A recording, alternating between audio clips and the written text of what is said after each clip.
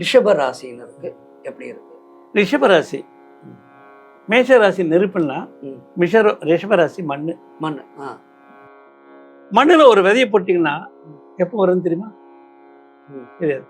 ஆனா அந்த விதையை போட்டுட்டு நமக்கு அது செய்ய வேண்டிய தண்ணி ஊற்றணும், அப்பப்போ தோண்டி விட்டு காற்று வராமல் பார்த்துக்கணும், கொஞ்சம் மேலே வந்துன்னா வலை போட்டு பாதுகாக்கணும், வாழ்ந்துட்டு பண்ணிட்டு நம்ம பூச்சி மருந்தெல்லாம் போட்டு பண்ணணும். அந்த மாதிரி தன்மையுடைய பாசமிக்க ஒரு ராசி ரிஷபராசி. அந்த ரிஷபராசிக்கு 10ல் ராகு. 10ல் ராகு இருக்கும்போது 4ல் கேது. ரிஷபராசிக்கு குணாதிசயங்கள் அதுதான், ஆனா செயல்பாடுகள் மட்டும்தான் வித்தியாசம் இருக்கும். ஏன்னா குணாதிசயம் புரட்டாதி நட்சத்திரம் தான் இருக்கு, ஆமா, இது உத்திர நட்சத்திரம் தான் இருக்கு. ஸோ குணாதிசயங்களோட தான். சரி சரி. 21/5க்கு மேலதான் மாறுது. அதுவும் பெருசா பாதிப்பு இல்லை, ஏன்னா இது சதய நட்சத்திரம் தான் வருது. சரி. அங்க பூர நட்சத்திரம் தான் வருது, அது ரெண்டும் நட்பு தான். ஆனால் பெருசா பாதிப்பு ராகு கேதுனால இந்த நட்சத்திர சாரத்தினால எக்ஸப்ட் ரிஷபராசிக்கு எக்ஸப்ட் சூரிய சாரத்துல இருக்கும் போது மட்டும்தான் பிரச்சனை, மற்றபடி பெருசா பிரச்சனை இல்லை. அவங்க என்ன பண்ணணும்? அவங்க வெரி பண்ணி காப்பாத்திக்கணும். Very simple. எனக்கு பாசம் இருக்குன்னா நான் உங்களுக்கு எல்லாம் சேர்த்து ரெடியா இருப்பேன். ஆமா.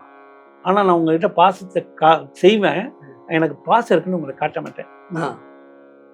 உங்க மனைவி மேல உங்களுக்கு பாசம் அதிகம், அங்க இருந்து எல்லாமா அது வாங்கிட்டு வந்திருக்கேன், இதை வாங்கிட்டு இருக்கேன் அப்படின்னு சொன்னீங்கன்னா ஓகே, அவங்க சந்தோஷப்படுவாங்க.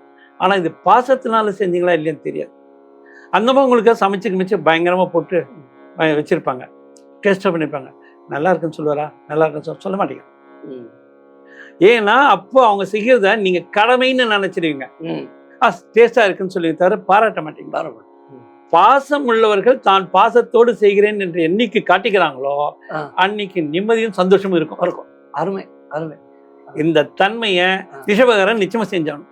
இதுதான் பரிகாரம். இதுதான் பரிகாரம். அதாவது குடும்பத்துடைய தன்னுடைய மனைவி மற்றும் குடும்பத்தாரோடு பாசமா இருக்கோங்கிறத காட்டணும். காட்டினாதான் அது திரும்ப வரும் நமக்கு அப்படின்னு சொல்லியிருக்கீங்க. ரொம்ப அழகா சொல்லிட்டீங்க.